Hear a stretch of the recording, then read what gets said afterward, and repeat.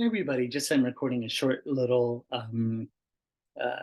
video here, kind of a little bit meditation or contemplation for you. Again, just on the flavors of emptiness. This will be short. It's more sort of just some sharing some thoughts on this, and just more to provoke you to really investigate this yourselves, to go inside your hearts and really think about this and meditate on this, contemplate on this. So I'll start with the Heart Sutra as a blessing here. Mom's professional wisdom, Blessed Mother. Thus I've heard at one time the Blessed One was dwelling in Rajgir and Mass Walter's Mountain together, great assembly of monks and nuns, great assembly of bodhisattvas. That time the Blessed One was absorbed in concentration of countless aspects of phenomena called profound illumination.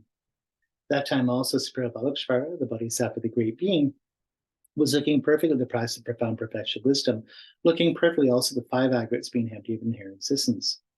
Then through the power of Buddha, Venerable Shariputra said to Spirit of Avalokiteshvara, the Bodhisattva, the Great Being, how should a son of the lineage train who wishes to engage with the price of profound perfection wisdom? Thus he spoke, and Spirit of Avalokiteshvara, the Bodhisattva, the Great Being, replied to Venerable Shariputra as follows. Shariputra, whatever son or daughter of the lineage wishes to engage the practice of profound perfection wisdom should look perfectly like this. Subsequently, looking perfectly incorrectly, also the five aggregates being empty of inherent existence. Form is empty, emptiness is form. Emptiness is none other than form, and form is also none other than emptiness. Likewise, feeling, discrimination, compositional factors, and consciousness are empty. Shariputra, this all phenomena are empty as having no characteristics. They are not to produce and do not cease. They have no defilement, no separation from defilement. They have no decrease and no increase. Therefore, Shariputra, in emptiness there is no form, no feeling, no discrimination, no compositional factors, and no consciousness. There is no eye, no ear, no nose, no tongue, no body, no mentality, no form, no sound, no taste, no tactile object, no smell, no taste, no tactile object, no phenomenon. There is no I element, and so forth, up to no mentality element, also up to no element of mental consciousness. There's no ignorance, no exhaustion of ignorance, and so forth, up to no aging and death, and no exhaustion of aging and death. Likewise, there's no suffering, origin, cessation, or path, no exalted awareness, no attainment, also no non-attainment. Therefore, Shariputra, because there's no attainment, bodhisattvas rely on and abide in the perfection of wisdom. Their minds have no obstructions and no fear. Passing on or beyond perversity, attain the final nirvana. Also, all Buddhas reside perfectly, and 3 times ever relied upon the perfection of wisdom became manifest, complete Buddhas in the state of unsurpassed, perfect, complete enlightenment. Therefore, the mantra of perfection of wisdom, the mantra of great knowledge, the unsurpassable mantra, the equal and unequal mantra, the mantra that thoroughly pacifies all suffering, since it's not false, should be known as the truth. The mantra of perfection of wisdom is proclaimed, Tayata Om Gata Gata Paragata Parasamgati Bodhisoha. Shariputra, Bodhisattva, Great Being, should train the profound perfection of wisdom like this. Then the Blessed One arose from that concentration and said to Avalokiteshvara, the Bodhisattva, the Great Being, that he'd spoken well. Good, O son, just like that. Since it's like that, just as you have revealed in that way, the profound perfection of wisdom should be practiced, and the Tathagatas will also rejoice. Blessed One had said this. Venerable Shariputra, Spirit of Avalokiteshvara, the Bodhisattva, the Great Being, the entire circle of disciples, as well as worldly beings, gods, humans, demigods, and spirits were delighted and highly praised what had been spoken by the Blessed One. So we can just take a moment here to take refuge in the 3 jewels, Buddha, Dharma, and Sangha. Again, Buddha as the example, our teacher, having realized emptiness, sort of revealed his Buddha nature to us all.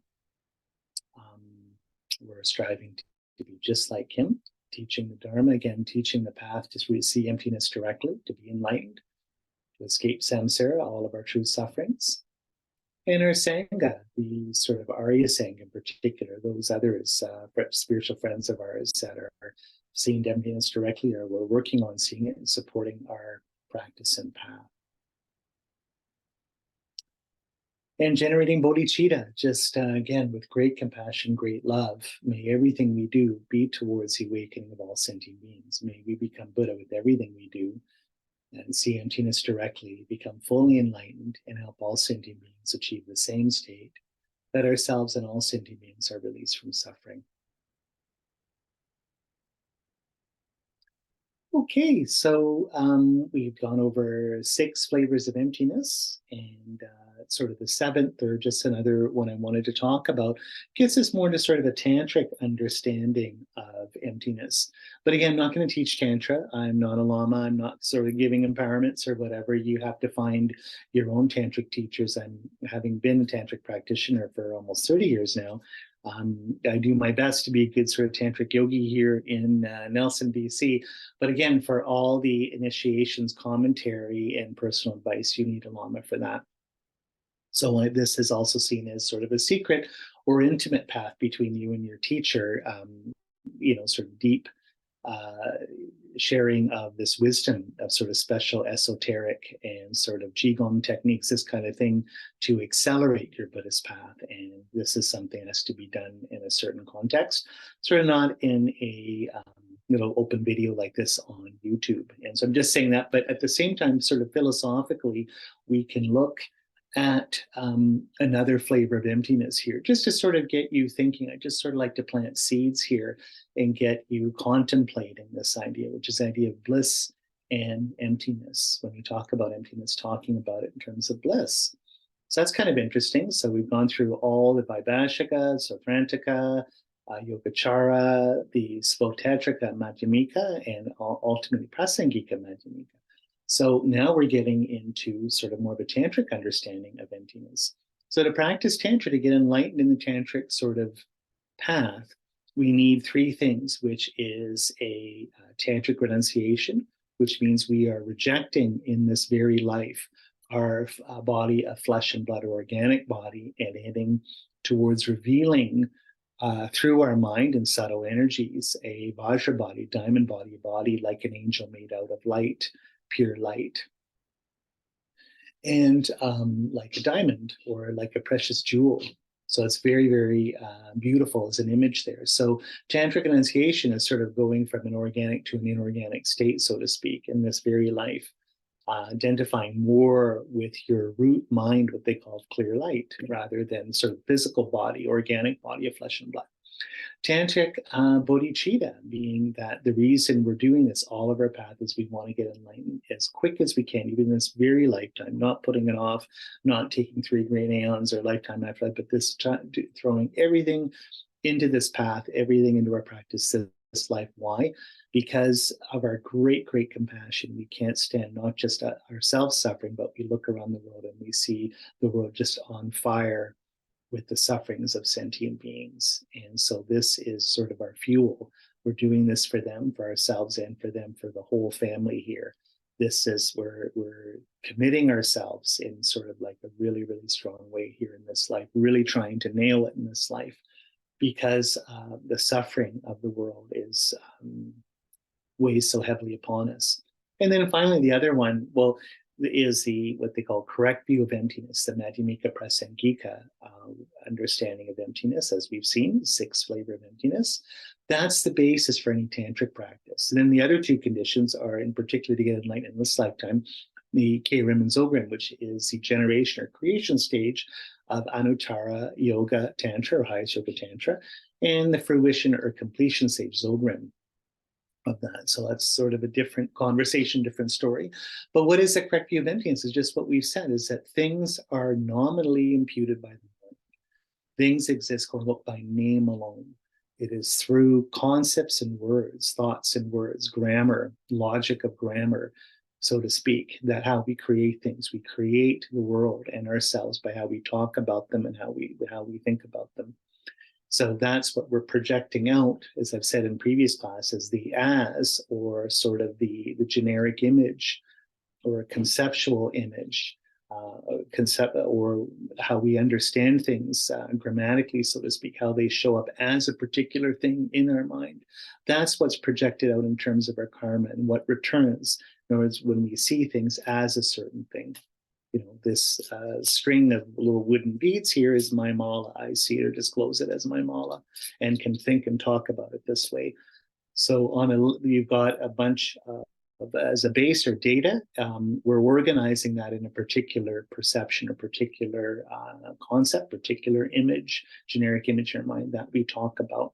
So again, through thought and through language, Nominal existence, a very sort of rugged nominalism here in terms of our philosophy of language.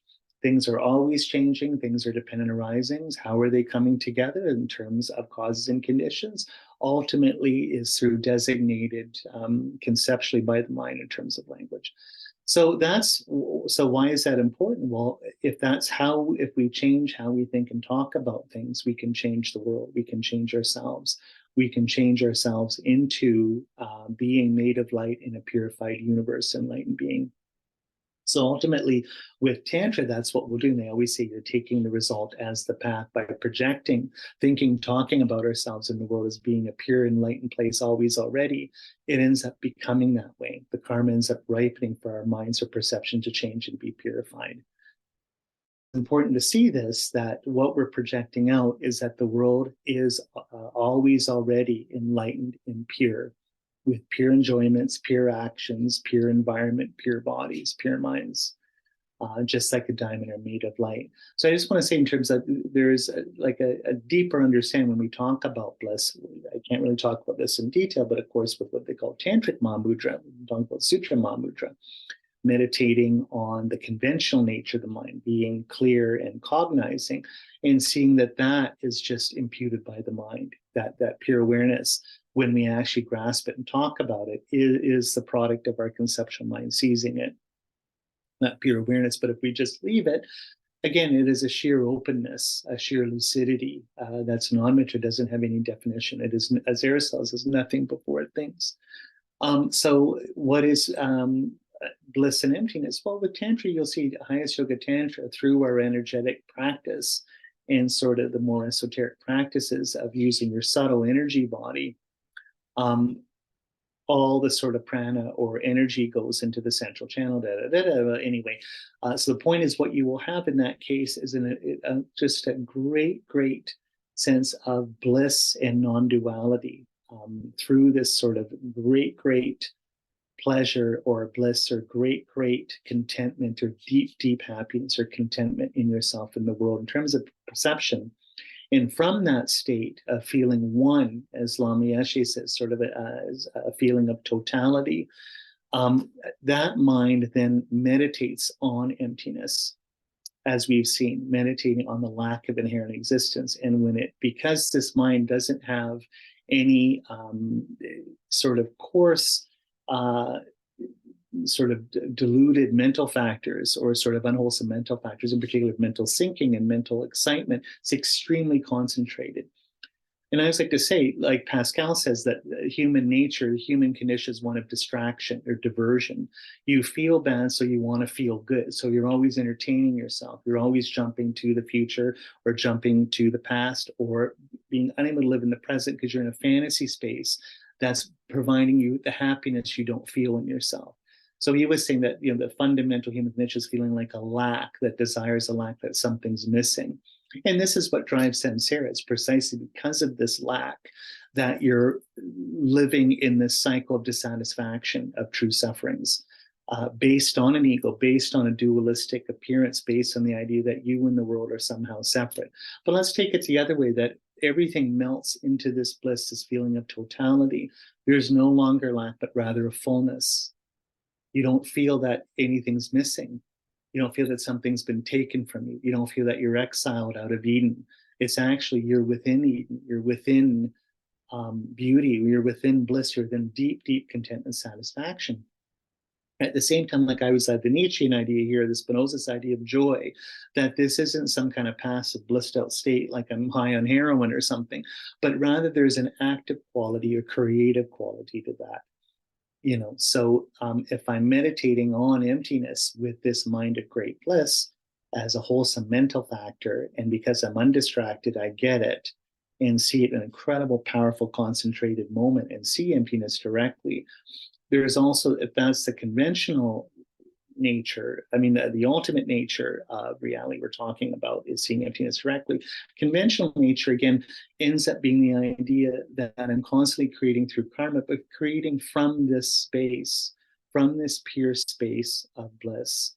So it's no longer an ego deluded kind of addictive kind of attitude, an addictive, everything being motivated by a lack or by a dualistic view of things, that grasping onto inherent existence and therefore having a self-cherishing mentality, always trying to fill this lack, always trying to entertain ourselves, always trying to be happy, because deep down we're not. We have this sort of fundamental angst or anxiety or dissatisfaction. It's quite the opposite. Just sort of like emptiness allows you to almost pull yourself inside out from a lack into a fullness. And now I'm working from the perspective of bliss, from joy, from creativity. And again, what if I'm sort of visualizing myself as a deity, seeing everything as pure, having what they call pure view? How do I see karma at that point? Well, I'm manifesting beauty, the art of my life. I'm manifesting everything from a perspective of bliss and joy, and ultimately mixed with my bodhicitta of love and great compassion for all sentient beings.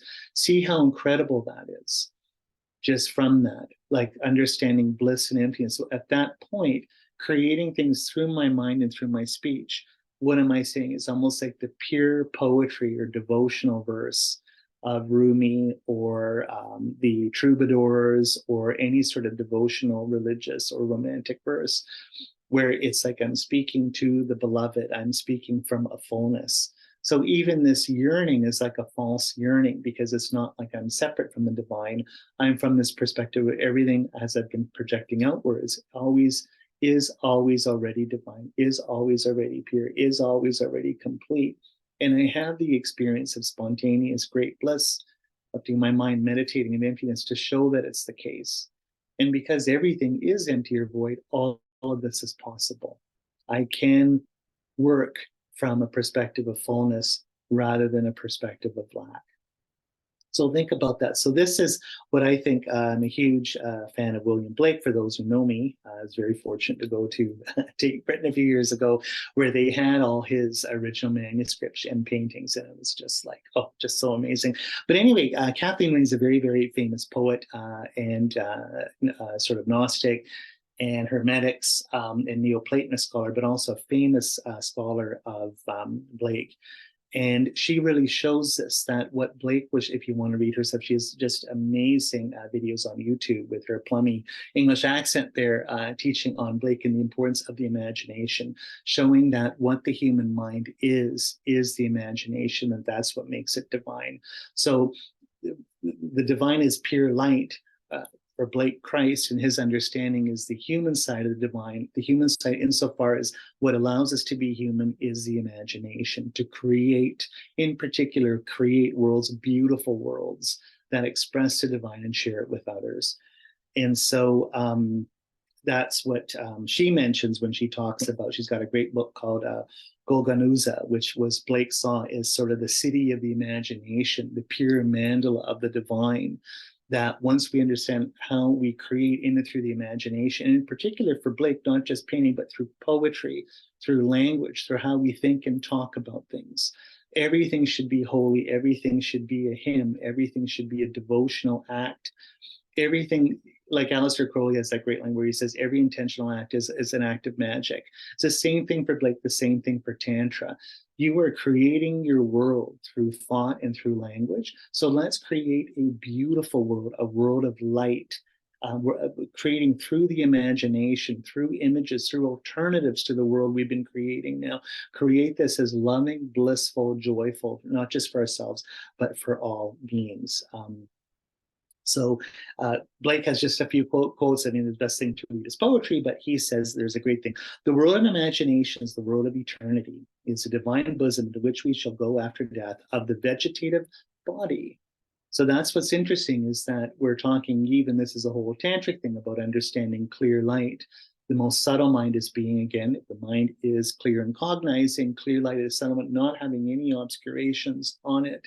And what is it doing? It's meditating on its own voidness. From a perspective or a mental factor of great bliss, and sharing that, seeing the oneness of that bliss and joy with all beings, with the motivation of compassion and love. So that's what's you're going from that vegetative state, or the flesh and blood limited body of myself in samsara. And remember, in LamRim, in the intermediate scope, Samsara is defined as your diluted 5 aggregates, your contaminated 5 aggregates, your body of flesh and blood ultimately is samsara. And this body is karmically tied to the contaminated objects that you're enjoying or connected to. So from that mind, that's like an immortal, pre-personal, non-defined mind, we build up a completely different body. We're allowed to build a body of jewels, of diamonds, of light, of the imagination, the world of eternity, what Blake calls. And yeah, there's another one where he says, what is proved was once only imagined. So even the world, the deluded world we live in is a product of the imagination. It's just the product of a deluded mind, not a pure one, right? That one says, one thought fills immensity. So out of the voidness of emptiness, what we project out becomes what things are. And so what are we putting into that void? Always already a deluded world or a world of light and bliss. And see, I just wanted one more quote here. Yeah. I rest not from my great task to open the eternal worlds, to open the immortal eyes of man inwards into the worlds of thought, into eternity, ever expand in the bosom of God, the human imagination. So that's, I don't know, just a really, really beautiful thing. And this is why the famous quote, sunflower resists to see a world in grain of sand, heaven and wildflower, to hold infinity in the palm of your hand and eternity in an hour.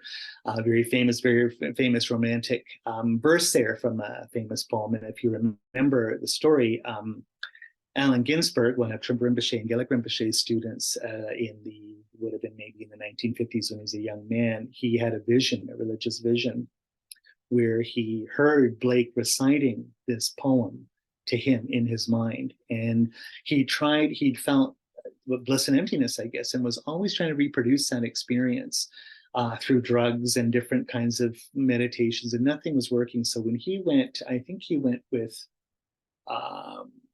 Gary Schneider and Joan Kiger, all these sort of beat poets went to India together in the late 50s, early 60s. I can't remember when, and they met His Holiness the Dalai Lama. But what was interesting is that Allen Ginsberg had an audience with the head of the Nyingma tradition, His Holiness Dudjom Rinpoche, and like so many people, Western people, just whatever. I had all these amazing experiences and did drugs and so, like whatever. And all these lamas are always like, oh my God, give me a break. But anyway, he said, this is my problem. This is an experience I had. It was the most important experience of my life. And I kind of want to get back there. I don't want to be in this horrible, deluded samsaric world. I want that. How do I, drugs didn't work. I've tried this and that. Nothing really works. How do I get there? And so Dudjom Rinpoche said amazing things. He said, whatever appears to your mind, don't cling to it. So, and then Allen Ginsberg said that like, whoa, like one of the most important teachings of his life, because number one, of course, it's releasing his attachment to the experience, obviously, but it's also just on Dudjom Rinpoche, of course, through Dzogchen pointing out instructions, was showing you the path you have to walk on, which is the emptiness of the mind. That's if you want to live in Blake's sunflower eternity in a moment or whatever. How do you do that? To meditate on the emptiness of the mind. Meditate on emptiness, in particular, emptiness of the mind. So I'll leave you with that when we talk about bliss and emptiness. So if you're into, think about this, really, really think about this. Think about bliss and emptiness. Think about perceiving emptiness with the mind of great bliss. Think of bliss, totality, joy, creativity. Think of the imagination, that through words and concepts, through the imagination, picturing that which is different, picturing alternatives, creating, projecting out into a void so your creation becomes real, seeing the world as an artwork, as one big poem. Like in the Old Testament, first was the word, God speaking the world, same kind of thing. Think about all this. See this in your life, and then it's like, okay, I have tantric enunciation, I have tantric bodhicitta, I have tantric view of emptiness, Madhyamika Prasinka view of emptiness flavor number 6.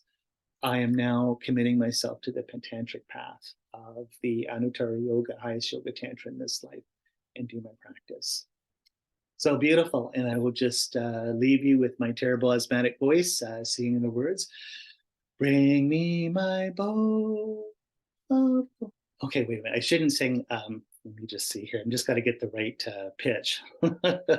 I do want to sing you a bit of Blake's Jerusalem. If you know, it's anyway that I could just do an entire class just on this because well anyway, if you read, this is kind of like another video here, but if you read Blake's poem Jerusalem, that's really, really beautiful. That's it. All his poems are tantric, and it's kind of interesting because he was just like, I guess, kind of like a Buddha or a Lama for our time, like for the West, for Anglo-Saxon culture in particular. And as you know, he died penniless. I mean, his body's just, he died an absolute nobody. His body's just in sort of a mass pauper's grave.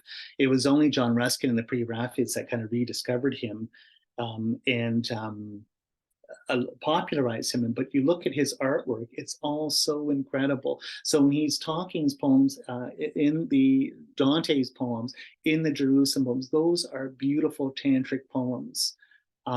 Really incredible. Jerusalem in particular, what does Blake mean by Jerusalem? Jerusalem, the idea, there's a great line, it goes, mutual shall build Jerusalem, heart and heart and hand in hand. That's a great quote, but mutual shall build Jerusalem, heart in heart and hand in hand. So Jerusalem is the mandala of the divine, not just like a city in the Middle East there in Israel, but it's actually figuratively. And that's why he always said, like, let's build Jerusalem in England. Like, this is the city of the imagination. Gogonuza, like, this is our mandala. We are the deities. We are in it. It is always already here. We just have to disclose it. Okay. Bring me my bow of burning gold. Bring me my arrows of desire. Bring me my spear, oh clouds unfold. Bring me my chariot of fire. I will not cease from mental fight, nor shall my sword sleep in my hand, till we have built Jerusalem in this free, fair, and pleasant land. So again, as a tantric deity, bring me my bow of burning gold, bring me my arrows of desire, fullness not lack, bring me my spear, oh clouds unfold, clouds of delusion being swept away in the sun, bring me my chariot of fire, which is from the Old Testament, Ezekiel being whisked off by God on a flaming chariot to heaven. I will not cease my mental fight, fighting my delusions, fighting my ego, nor shall the sword, my sword, sleep in my hand, sword of wisdom, never give up Mahamudra, till we have built Jerusalem. And this is in England's green and pleasant land, but we like to say in this free, fair, and pleasant land, exactly where we are here and now. Okay, let's dedicate that for the enlightenment of all sentient beings, the blessings of all holy beings, the truth of karma, the proper pure sphere intention, and all of our dharma wishes be fulfilled. Okay, see you next time. Lots of love.